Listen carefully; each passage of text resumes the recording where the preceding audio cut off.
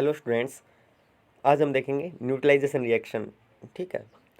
और उसके आगे देखेंगे कि अगर हम दोनों स्ट्रॉन्ग एसिड और बेस को रिएक्ट करवाएं तो क्या होगा, अगर स्ट्रॉन्ग एसिड और वीक बेस को रिएक्ट करें क्या होगा, अगर स्ट्रॉन्ग बेस और वीक एसिड को रिएक्ट कराएं तो क्या होगा, वो भी हम देखेंगे। ठीक है। तो सबसे पहले आपको न्यूट्रलाइजेशन रिएक्शन है वो देखना पड़ेगा। न्यूट्रलाइजेशन रिएक्शन होता क्या है, तो देखें, जब हमें ना किसी एसिड और बेस को आपस में रिएक्ट करवाएं, ठीक है, और रिएक्शन करवाने के बाद हमें साल्ट प्लस वाटर है वो मिले, तो ये जो रिएक्शन है ना, ठीक है, इसको हम बोलते हैं न्यूट्रलाइजेशन। ठीक है। मतलब न्यूट्रलाइजेशन कुछ नहीं, ऐसी रिएक्शन है जिसमें हम एक तो क्या करेंगे, कोई एसिड होगा और एक क्या होगा, कोई बेस होगा, जिनको हम आपस में क्या करवाएंगे, रिएक्ट करवाएंगे, और उसमें बनेगा क्या, salt plus water. Simple reaction है, कुछ नहीं है।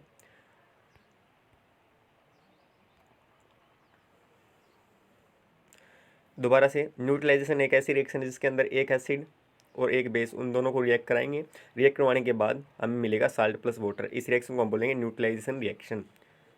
ठीक है। सिंपली इस रिएक्शन को बोल दिया हमने न्यूट्रलाइजेशन रिएक्शन। अब इसके अंदर होगा क्या, जैसे हम एग्जांपल ले लें। ठीक है।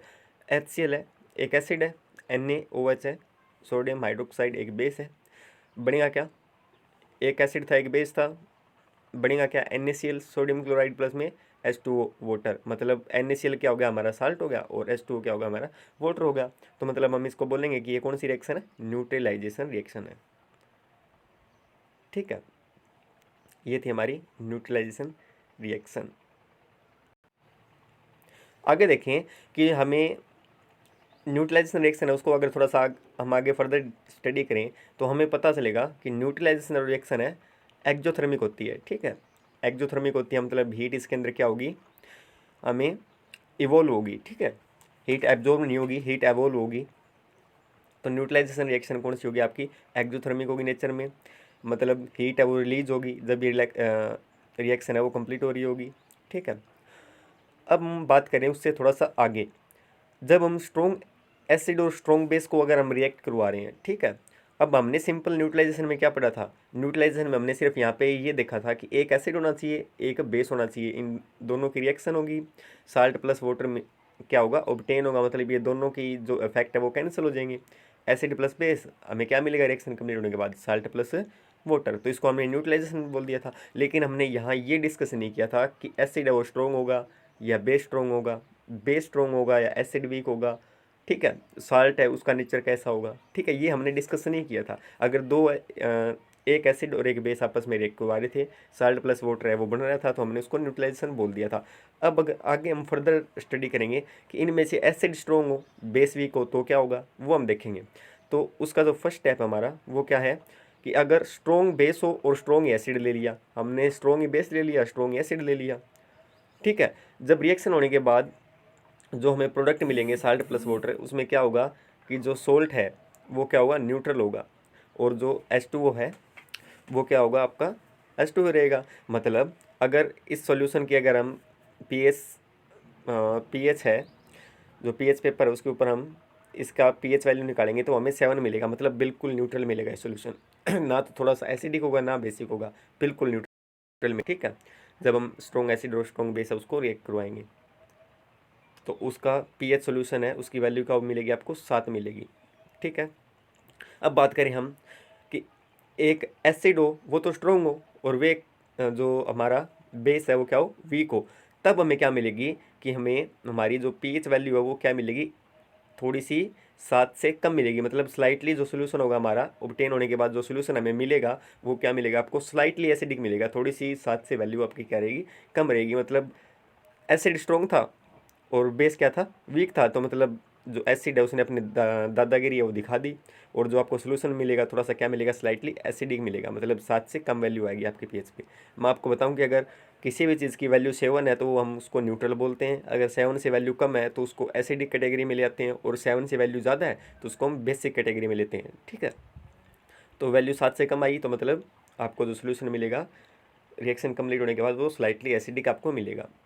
उसके बाद हम देखें, अगर बात करें स्ट्रॉन्ग बेस की, ठीक है, बेस है वो स्ट्रॉन्ग है और एसिड है वो वीक होगा। तो देखो स्ट्रॉन्ग कौन है, बेस है। तो आपको जो सोल्यूशन मिलेगा रिएक्शन कंप्लीट होने के बाद, वो आपको स्लाइटली क्या मिलेगा, बेसिक मिलेगा, मतलब उसकी जो पीएच वैल्यू होगी वो 7 से ऊपर होगी। ठीक है, ये आपके समझ में आ गया होगा। उसके बाद देखें,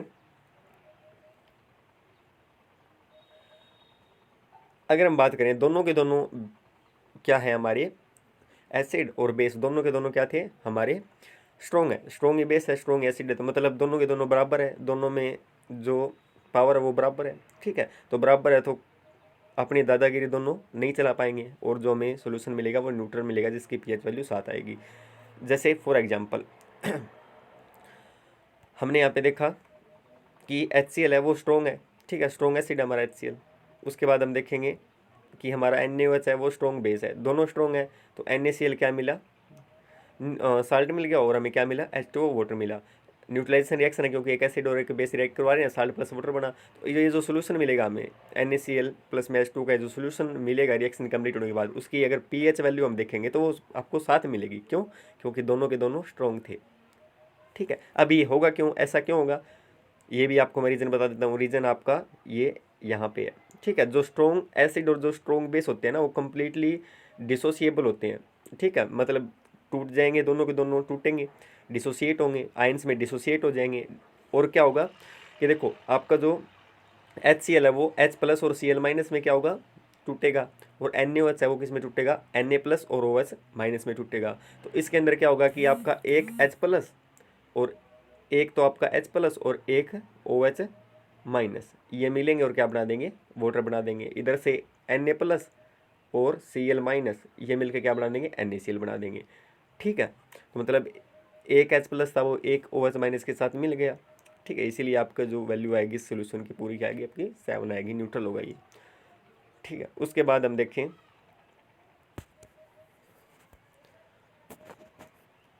अगर बेस हम वीक ले लें और एसिड है वो हमारा स्ट्रॉन्ग ले लें, ठीक है, तो ये क्या होगा कि वीक बेस है वो पूरा का पूरा आयोनाइज नहीं होगा। ठीक है, आयोनाइज होने का मतलब क्या होता है कि जब भी हमें ना आयोनाइज होना है टूटना। ठीक है, जैसे हम बात कर लें, मैं आपको थोड़ा सा एग्जांपल दे देता हूँ। यहाँ पे NaOH एक बेस है तो आयोनाइज होगा, तो इसका क्या बनेगा, Na प्लस मतलब टूटना। ठीक है, और OH माइनस, ये अब आयोनाइज हो गया, दो, एक एनायन और एक कैटायन में। अगर HCl की बात करें तो आयोनाइज होकर क्या बनाएगा, H प्लस और Cl माइनस, मतलब टूटना, डिसोसिएट होना, टूटना। एक बात और बताऊं, जितना ज़्यादा कोई चीज़ स्ट्रॉन्ग होगी उतनी ही वो ज़्यादा टूटेगी। जैसे एसिड स्ट्रॉन्ग है तो वो एसिड है वो जल्दी आयोनाइज होगा, बेस स्ट्रॉन्ग है तो बेस जल्दी आयोनाइज होगा, बेस वीक है तो वो आयोनाइज नहीं होगा, मतलब टूट नहीं पाएगा वो आयंस के अंदर। ठीक है, तो अगर हम यहाँ पे देखें तो वीक बेस हमारा और स्ट्रॉन्ग एसिड है। अब देखें, एसिड स्ट्रॉन्ग है तो मतलब एसिड है, HCl हमने ले लिया तो HCl तो कम्प्लीटली डिसोसिएट हो जाएगा, आयोनाइज हो जाएगा, आयन में कन्वर्ट हो जाएगा H प्लस और Cl माइनस में। लेकिन हमारा जो बेस है ना, हमारा जो बेस है वो क्या है, यहाँ पे वीक है, मतलब आपका जो बेस 4OH ये कम्प्लीटली आयोनाइज नहीं हो पाएगा। ठीक है, आई बात समझ में। इसीलिए ये जो एसिड है उसके आयन्स ज़्यादा होंगे, इसीलिए जो हमारा सोल्यूशन होगा उसकी पीएच वैल्यू क्या आएगी, 7 से कम आएगी, मतलब स्लाइटली एसिडिक होगा हमारा जो सोल्यूशन मिलेगा हमें रिएक्शन कंप्लीट होने के बाद। ठीक है, ऐसा होगा कि वो देखें, some amount also remain in unionized form, hence even taking some molecules of acid and base, number of H plus ions remain greater than OH minus ions. So after neutralization some H plus ions remains unreacted in solution and pH of the solution become less than 7। अब बात कर लें, acid था वो तो completely ionise हमारा हो गया था, एसिड के तो सारे H प्लस है वो क्या हो गए थे, रिलीज कर दिए एसिड ने तो। लेकिन NH4OH माइनस, NH4OH इसने क्या कर दिया कि OH माइनस आयन में ये कम्प्लीटली डिसोसिएट नहीं हो पाया। ठीक है, पूरे के पूरे OH माइनस यहाँ पे डिसोसिएट नहीं हुए, हमें पूरे के पूरे OH माइनस आयन यहाँ पे नहीं मिले। क्यों, क्योंकि हमारा बेस क्या था, वीक था। अब क्योंकि ये H प्लस है वो तो पूरे टूट गए, OH माइनस जो आयन थे वो कम रह गए, तो हमें जो सोल्यूशन मिलेगा उसके अंदर कौन से आयन ज़्यादा मिलेंगे, H प्लस आयन ज़्यादा मिलेंगे। क्यों, क्योंकि H प्लस आयन ज़्यादा रहेंगे। ठीक है, इसीलिए हमारी जो ये सॉल्यूशन मिलेगा हमें, सॉल्यूशन हम बनेगा उसकी जो वैल्यू आएगी वो 7 से आपको कम मिलेगी। क्यों, क्योंकि H प्लस आयन ज़्यादा रहेगी। ठीक है, H प्लस आयन ज़्यादा रहेंगे तो सोल्यूशन स्लाइटली क्या हो जाएगा, आपका एसिडिक हो जाएगा। ठीक है, आई बात समझ में। तो ये थी आपकी रिएक्शन, ये आपकी रिएक्शन है, न्यूट्रलाइजेशन रिएक्शन। एसिड है वो स्ट्रॉन्ग है, बेस है वो वीक है। तो NH4Cl ये आपको स्लाइटली क्या मिलेगा, एसिडिक मिलेगा, ठीक है।